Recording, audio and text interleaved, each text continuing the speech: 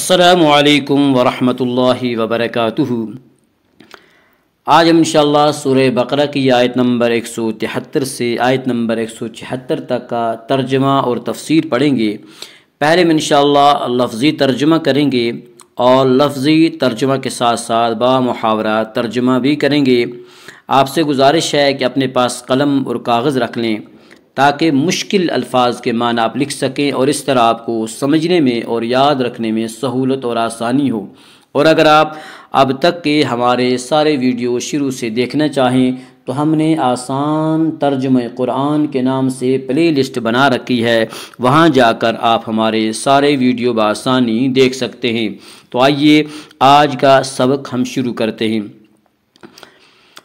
اعوذ باللہ من الشیطان الرجیم، بسم اللہ الرحمن الرحیم۔ انما حرم علیکم المیتۃ والدم ولحم الخنزیر وما اہل به لغیر اللہ فمن اضطر غیر باغ ولا عاد فلا اثم علیہ ان اللہ غفور رحیم۔ انما صرف حرم حرام کیا علیکم تم پر المیتۃ مردار والدم اور خون واللحم اور گوشت الخنزیر سور وما اور جو اہل پکارا گیا بھی اس پر لغیر اللہ اللہ کے سوا فمن اضطر پس جو لاچار ہو جائے مجبور ہو جائے غیر باغ سرکش نہ ہو ولا اور نہ عادن حد سے بڑھنے والا فلا تو نہیں اثم گناہ علیہ اس پر ان اللہ بے شک اللہ تعالی غفور بخشنے والا رحیم مہربان۔ انما حرم علیکم المیتۃ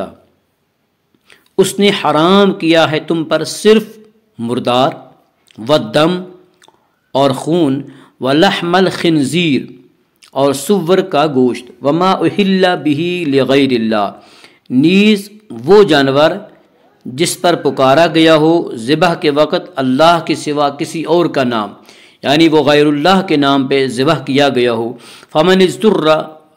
لیکن جو شخص مجبور ہو جائے لاچار ہو جائے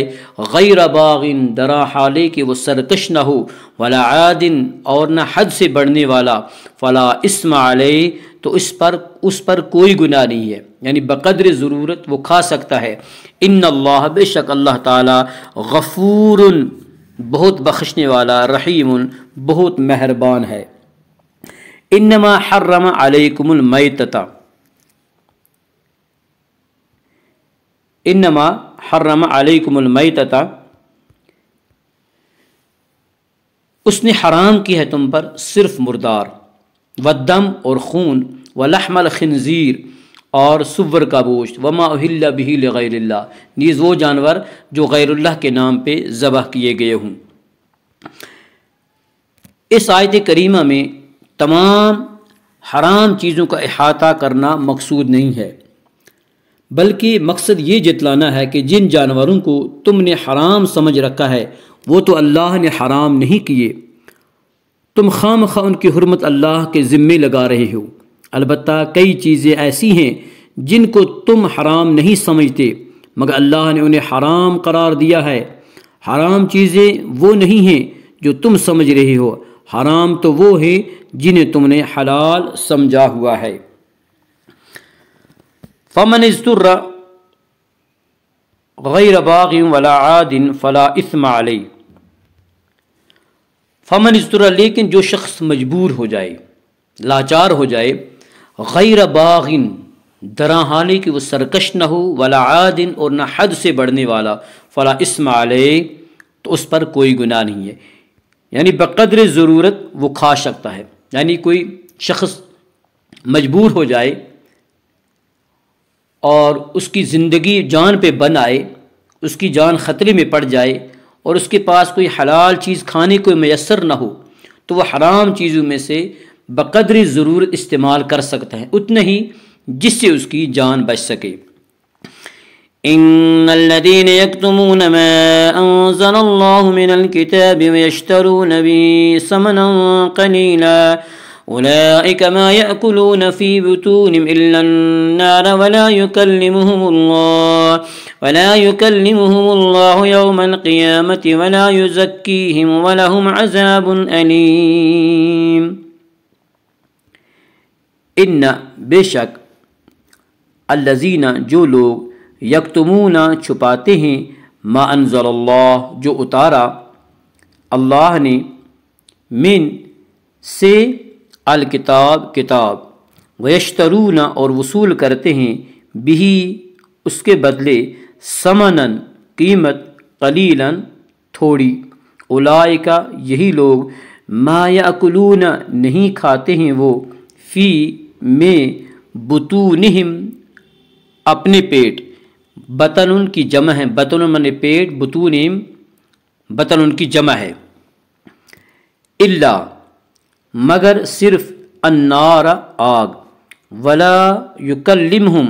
اور نہ کلام کرے گا ان سے اللہ یوم القیامت قیامت کے دن ولا اور نہ یزکیہم انہیں پاک کرے گا ولہم اور ان کے لیے عذاب علیم دردناک۔ ان الذین یکتمون ما انزل اللہ بے شک جو لوگ چھپاتے ہیں اللہ کی نازل کی ہوئی کتاب ویشترون بہ ثمنا قلیلا اور وصول کرتے ہیں اس کے بدلے حقیر سا معاوضہ اولئک ما یاکلون فی بطونہم الا النار وہ لوگ اپنے پیٹوں میں جہنم کی آگ کے سوا کچھ نہیں بر رہے ولا یکلمہم اللہ یوم القیامہ اور بات تک نہ کرے گا ان سے اللہ یوم القیامہ قیامت کے دن ولا یزکیہم اور نہ انہیں پاک کرے گا ولہم عذاب علیم اور ان کے لیے دردناک عذاب ہے۔ ان الذین یکتمون ما انزل اللہ بے شک جو لوگ چھپاتے ہیں اللہ کی نازل کی ہوئی کتاب یہود احکام الہی کو چھپاتے تھے اور حضور نبی کریم صلی اللہ علیہ وآلہ وسلم کے محامد تعریف اور اوصاف جو تورات میں لکھے تھے ظاہر نہیں ہونے دیتے تھے اور چند ٹکوں کے لالچ میں اپنی خواہش کے مطابق شریعت میں احکام الہی میں رد بدل بھی کر لیتے تھے، خود بھی چشمہ ہدایت سے سیراب نہ ہوتے اور دوسروں کو بھی سیراب نہ ہونے دیتے تھے، خود بھی گمراہ رہے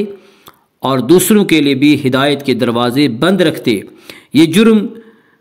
کیونکہ بہت سنگین تھا اس لیے اس کی سزا بھی اتنی ہی سخت رکھی گئی ہے، اور فرمایا یہ لذیذ لقمے جو رشوت لے کر اور احکام الہی میں رد بدل کر کے شریعت میں رد و بدل کر کے تو اپنے حلق سے نیچے اتار رہے ہو، یہ آگ کے نہ بجھنے والے انگارے ہیں، ان کی سوزش کبھی ختم نہیں ہوگی، یعنی تو اپنے پیٹوں میں جہنم کی آگ بر رہے ہو۔ أولئك الذين اشتروا الضلالة بالهدى والعذاب بالمغفرة فما أصبرهم على النار۔ اولئک یہی لوگ الذین جنہوں نے اشترو خرید لی مول لی الضلالۃ گمراہی بالہدا ہدایت کے بدلے والعذاب اور عذاب بالمغفرت مغفرت کے بدلے فما سو کس قدر اصبرہم صبر کرنے والے بہت صبر کرنے والے علی پر النار آگ۔ اولئک الذین یہ وہ ہیں یعنی یہ وہ بد نصیب ہیں الذین جنہوں نے اشتروا الضلالۃ خرید لی گمراہی بالہدا ہدایت کے بدلے والعذاب بالمغفرت اور عذاب نجات کے بدلے فما اصبرہم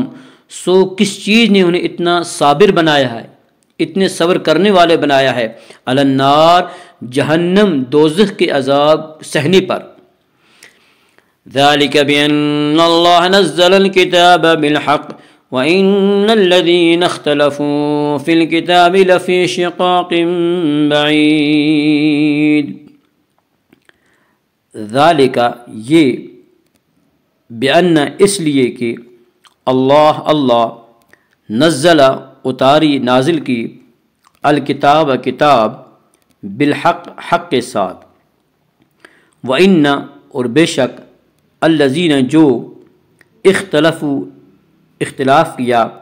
فی میں الکتاب کتاب لفی میں شقاق ضد بعید دور، ذالک بأن اللہ ذالک یہ سزا اس وجہ سے ہوئی بأن اللہ نزل الکتاب بالحق اللہ نے تو حق کے ساتھ کتاب نازل کی، وَإِنَّ الَّذِينَ اخْتَلَفُوا فِي الْكِتَابِ اور جن لوگوں نے ایسی کتاب کے بارے میں اختلاف کا رویہ اختیار کیا ہے، جن لوگوں نے اس کتاب میں اختلاف کیا ہے، لفی شقاق بعید وہ زدہ زدی میں دور نکل گئے، وہ دور دراز کے جھگڑوں میں پھنسے ہوئے ہیں۔ اللہم اجعل القرآن ربیع قلوبنا ونور صدورنا وجل احزاننا وذہاب حمومنا وغمومنا رب اغفر وارحم انت خیر الراحمین، وصلی اللہ وسلم علی حبیبنا ونور قلوبنا محمد صلی اللہ علیہ وسلم وعلی آلہ واصحابہ اجمعین۔ السلام علیکم ورحمۃ اللہ وبرکاتہ۔